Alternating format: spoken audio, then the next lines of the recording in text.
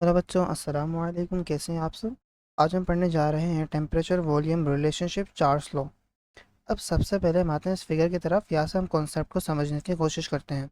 मतलब हम समझेंगे टेम्परेचर और वॉल्यूम का क्या रिलेशनशिप है आपस में। ठीक है। अब हम एक और बात करते हैं कि इस चार्ल्स लॉ के अंदर हम अज्यूम करके चलते हैं। हम क्या करते हैं, बेसिकली हम वॉल्यूम और टेम्परेचर का आपस में रिलेशनशिप देख रहे हैं। और हम अज्यूम करेंगे कि जो प्रेशर होगा वो क्या होगा, कांस्टेंट होगा। प्रेशर कांस्टेंट होगा। मतलब आप वॉल्यूम और टेम्परेचर की जब बात करेंगे, प्रेशर को कांस्टेंट रख के बात करेंगे, तभी जो है हमारे पास जो चार्ल्स लॉ है वो एप्लीकेबल होगा। अगर क्यों, ऐसा क्यों? देखो, प्रेशर के चेंज करने की वजह से आपका टेम्परेचर के ऊपर भी अफेक्ट आएगा, वॉल्यूम के ऊपर अफेक्ट आएगा। आपको मैंने पढ़ाया था, ये हट गया यहाँ से। आपको मैंने पढ़ाया था, अगर आप प्रेशर को इंक्रीज़ करते हैं, प्रेशर अगर बढ़ेगा ना, तो वॉल्यूम कम होगा। हमने पढ़ा था वॉल्यूम जो है वो इन्वर्सली प्रोपोर्शनल है प्रेशर से। हमने ये रिलेशनशिप पढ़ा था ना, यहाँ पे नीचे ये रहा। वॉल्यूम इन्वर्सली प्रोपोर्शनल प्रेशर से। तो इस वजह से हम अगर प्रेशर को कांस्टेंट रख देंगे तो वॉल्यूम के ऊपर उसका कोई इफेक्ट नहीं आएगा। अगर नहीं आएगा तो बाकी टेम्परेचर रहा, तो टेम्परेचर के साथ हम रिलेशनशिप को इजीली जो है वो एक्सप्लेन कर सकते हैं। अगर हमने प्रेशर को कांस्टेंट नहीं रखा तो वॉल्यूम चेंज होगा प्रेशर की भी वजह से, तो हमें सही से रिलेशनशिप नहीं मिल पाएगा जो टेम्परेचर के साथ होगा उसका। सही, ये बात आपको समझ में आ गई होगी। अब हम आते हैं अपने कॉन्सेप्ट की तरफ। मैंने कहा कि आपने एक सिलेंडर ले लिया, ये सिलेंडर लिया, उसके नीचे से आपने एक फ्लेम वगैरह लगा दिया है। यहाँ पे फ्लेम अभी तक बंद है और इस वाले फिगर के अंदर फ्लेम हमने ऑन कर दिया है। हमने कोई ना कोई टेम्परेचर यहाँ पे रख दिया है, नॉर्मल टेम्परेचर। ठीक है, हमने यहाँ पे देखा नॉर्मल टेम्परेचर के ऊपर, और बाद में हमने हीट किया जिसकी वजह से टेम्परेचर जो है वो बढ़ गया। अब हम स्टेप वाइज लेके चलते हैं चीज़ों को। ठीक है। सबसे पहले आप क्या करें, सबसे पहले आपने एक जो है वो हीटर उठाया जो नीचे रखा आपने, और उसके ऊपर आपने अब कोई भी चीज़ रख दी जिसके ऊपर आपने क्या किया, इस सिलेंडर को रख दिया। इस सिलेंडर के अंदर आपने क्या लगाया, एक पिस्टन लगा दिया जिसका कोई ना कोई पी से प्रेशर था, और वो प्रेशर क्या कर दिया, कांस्टेंट कर दिया, जिसकी वजह से हमें जो है वो रिलेशनशिप मिल सके टेम्परेचर का वॉल्यूम के साथ। और हमने इसको नॉर्मल टेम्परेचर के ऊपर रखा। सही। अब बाद में जब इस चार्ल्स ने, जो चार्ल्स बंदा है, इसने एक्सपेरिमेंट किया, इसमें इसने जब जो है फायर को जलाया, फायर को ऑन किया, उसने देखा ये जो सिलेंडर है, इसके अंदर जो पिस्टन लगाया हुआ है जिसका प्रेशर कांस्टेंट कर दिया है। ठीक है।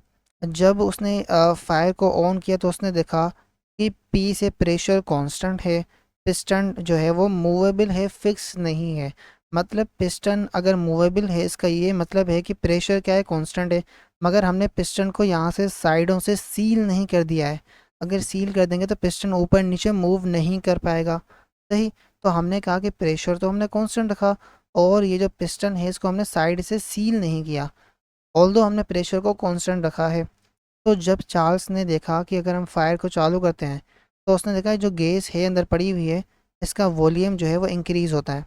और उससे इसने ऑब्ज़र्व किया कि टेम्परेचर भी गैस का इंक्रीज़ हो रहा है, ऑल्दो हमने प्रेशर को यहाँ पे कांस्टेंट रख दिया है पिस्टन की मदद से। चार्ल्स ने ये ऑब्ज़र्व किया। अब ये ऐसा क्यों हो रहा, उसने बेसिकली ये यहाँ पे क्या किया, हीट प्रोवाइड की, उससे इसने देखा टेम्परेचर इंक्रीज़ हुआ, जिससे क्या हुआ, गैस का वॉल्यूम इंक्रीज़ हुआ। या आप ऐसे भी कह सकते हैं उसने एनर्जी प्रोवाइड की, उस एनर्जी की वजह से वॉल्यूम इंक्रीज़ हुआ। तो उसने फर्दर देखा कि वॉल्यूम के इंक्रीज़ होने से क्या चेंज आ रहा है इसके यहाँ पे। अगर प्रेशर कांस्टेंट है तो उसने देखा टेम्परेचर के अंदर चेंज आया। अब मेरी बात सुने। अच्छा जी, आपने कॉन्सेप्ट तो पूरा पढ़ लिया, लेकिन भाई प्रैक्टिस कहाँ से करोगे? तो इस प्रैक्टिस के मसले को हल करने के लिए पंजाब का मंजर आप सब लोगों के लिए लेके आ रहा है बिल्कुल एग्जाम डिक्टो copy related practice grand test. इसके अंदर फिजिक्स के, केमिस्ट्री के आपके सारे के सारे चैप्टर वाइज हैं। अगर आपको एक्सेस करना है, अभी डिस्क्रिप्शन में जाओ और अटेंड करो। जो सीखा है उसको अप्लाई करो, तभी तो मार्क्स आएंगे। ठीक है। इसके अलावा अगर आपको नोट्स चाहिए, आपने कहा लेक्चर तो बहुत बड़ा है, हमें पेपर की तैयारी करनी है, तो उसके लिए अगर आपको नोट्स चाहिए, आप हमारे नोट्स बिल्कुल ये हाई क्वालिटी वाले प्रीमियम ले सकते हैं, इस्तेमाल कर सकते हैं। अगर ये आपको बिल्कुल फ्री में चाहिए, अभी डिस्क्रिप्शन में जाओ, तुम्हें व्हाट्सएप ग्रुप की लिंक बना, तुम्हें हमारे व्हाट्सएप चैनल की लिंक बने, या तुम हमारे इस नंबर पे तुम्हें नजर आ रहा है, यहाँ पे नीचे ऊपर नंबर है, इस पे जाके मैसेज करो, उसमें हमें नोट्स हैं, हम आपको ग्रुप में ऐड कर देंगे और वहाँ पे सारे के सारे ऐसे हाई क्वालिटी प्रीमियम नोट्स का आपको मिलेगा एक्सेस, आपके chapter 1, chapter 2, physics, bio chemistry, math, तमाम सभी, ठीक है। इसके अलावा हमारे प्यारे बच्चे कहते हैं सर हमें अभी भी तैयारी नहीं हो रही है, हमें समझ नहीं आ रहा हम कैसे पेपर मिला है। तो जी, पंजाब का मंजन आपके लिए तमाम सब्जेक्ट्स की तैयारी करवाने के लिए पूरे के पूरे 5 सब्जेक्ट लेके आ चुका है, पूरी 1 साल की बैच सिर्फ और सिर्फ पूरे साल के 15,000 रुपए में। इस बैच के अंदर खास बात पता है क्या है? हम यहाँ पर राइटिंग मेथड सेशन करते हैं, जो कि एग्जाम राइटिंग मेथड सेशन है। अगर आपको लिखना नहीं आता, आपको लिखना सिखाएंगे। एग्जामिनर आपके चाचू का बेटा तो है नहीं, आपको फ्री में मार्क्स देके चला जाए। तो हर सवाल को करने की टिप्स एंड ट्रिक्स होती है, स्टाइल होता है, पैटर्न होता है।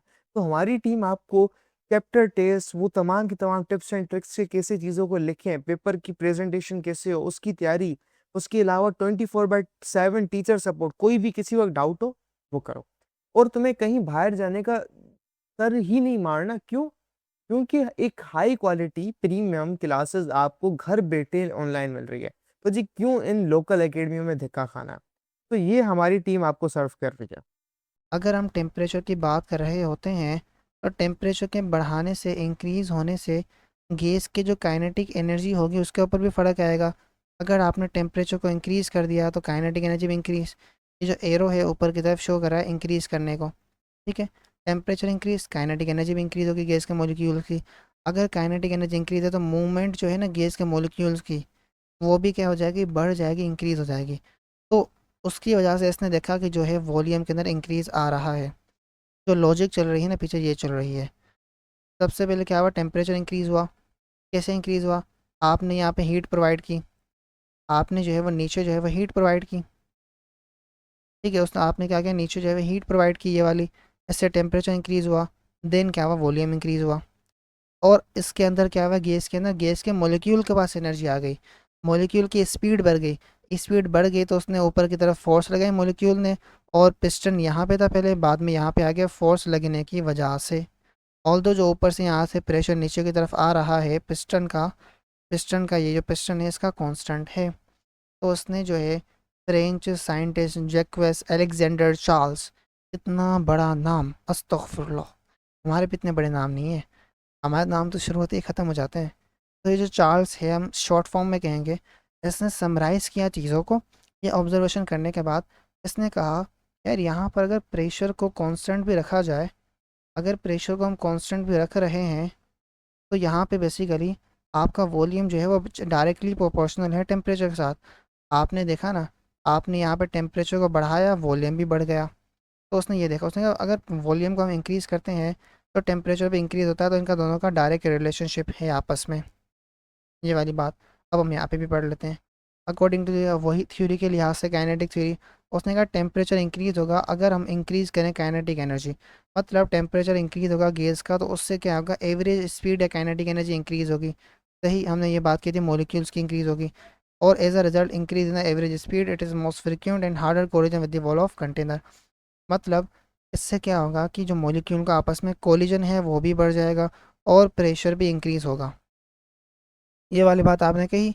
मैंने क्या कहा, अगर स्पीड बढ़ी, मैंने कहा कि टेम्परेचर बढ़ेगा तो काइनेटिक एनर्जी बढ़ेगी, मॉलिक्यूल की मूवमेंट बढ़ेगी, तो इस वजह से वॉल्यूम क्या होगा, इंक्रीज़ होगा। मगर बीच के अंदर मैंने एक और बात आपको बतानी थी कि यार मैंने तो प्रेशर की भी बात की थी ना, तो इस मूवमेंट की वजह से प्रेशर इंक्रीज़ नहीं होगा, किसका, मॉलिक्यूल्स का। आगे कोलिजन, इंक्रीज़ नहीं होगा, किसका, वॉल के साथ मॉलिक्यूल का। ये कोलिजन इसके साथ वॉल के साथ मॉलिक्यूल का इंक्रीज़ होगा, इस काइनेटिक एनर्जी के बढ़ने से, मोमेंट के बढ़ने की वजह से इंक्रीज़ होगा। मगर हमने ऊपर क्या किया है, प्रेशर को हमने कहा कि हम कांस्टेंट रख देते हैं, कैसे, पिस्टन की मदद से। तो इस वजह से हमने क्या कर दिया, प्रेशर ऑफ ये गैस को कांस्टेंट कर दिया, ठीक है। अब आगे क्या बताया जा रहा है, एक सेकंड, इस गिचमिच को मैं रिमूव कर दूँ, बहुत ही गंदा लग रहा है यहाँ पे। तो होप आपको समझ में आ रहा होगा, सही। अब हम आते हैं आगे। आगे कहा जा रहा है कि the increase in the temperature must increase in the volume of the gas. हमने कहा ना टेम्परेचर इंक्रीज हो रहा है वॉल्यूम के साथ, तो वॉल्यूम इंक्रीज होगा, टेम्परेचर इंक्रीज होगा, डायरेक्टली प्रोपोर्शनल है। और हमने जो है वो pressure and the mass of the gas constant रखा है। पी से प्रेशर, मास का मतलब है जो गैस अंदर पड़ी हुई है ना, ये कांस्टेंट है, गैस का मास कांस्टेंट है। उसके वॉल्यूम के चेंज आने की वजह से, मास का मतलब अगर गैस के अंदर आपके पास 50 मॉलिक्यूल्स पहले थे, अभी भी 50 हैं, मगर उनका वॉल्यूम जो है वो इंक्रीज़ हो गया है टेम्परेचर के इंक्रीज़ होने की वजह से। सही। दिस में भी visualise easily if you taking the cylinder. अगर सिलेंडर लें, वहाँ पे पिस्टन चेंज करें और गैस को हीट करें, पिस्टन मूव होगा, इंक्रीज होगा वॉल्यूम। प्रेशर क्या रहा, कांस्टेंट रिमेन, क्योंकि हमने पिस्टन को जो है वो प्रेशर यहाँ से सेट करके कांस्टेंट कर दिया है। तो ये था बेसिकली कॉन्सेप्ट जिसके अंदर हमने पढ़ा वॉल्यूम डायरेक्टली प्रोपोर्शनल है टेम्परेचर के साथ। इसको आप आगे क्या कर सकते हैं, अगर वी डायरेक्टली प्रोपोर्शनल टी के साथ तो कांस्टेंट लगेगा यहाँ पे, ये कांस्टेंट आया, टी टेम्परेचर आ गया। अब यहाँ से भी हम क्वेश्चन बनाते हैं V1 divide by T1 is equal to V2 divide by T2। अगर आपके पास कोई सिलेंडर है, ठीक है, उसके अंदर आपने कोई छेड़खानी की, आपने वॉल्यूम टेम्परेचर चेंज किया, तो जो इनिशियल टेम्परेचर वॉल्यूम था V1 T1 होगा, और जो बाद में छेड़छानी करने के बाद जो वॉल्यूम होगा V2 और T2 टेम्परेचर होगा। तो इससे आप जो है कोई और एक चीज़ निकालनी होगी ना, आप निकाल सकते हैं अगर आपको इन चारों में से कोई 3 चीज़ें दी गई हैं। सही। तो ये था बेसिकली कॉन्सेप्ट, जिसे हम कहते हैं चार्ल्स लॉ। आई होप आपको समझ में आया होगा। मिलते हैं नेक्स्ट लेक्चर के अंदर, तब तक के लिए गुड बाय, अस्सलाम वालेकुम।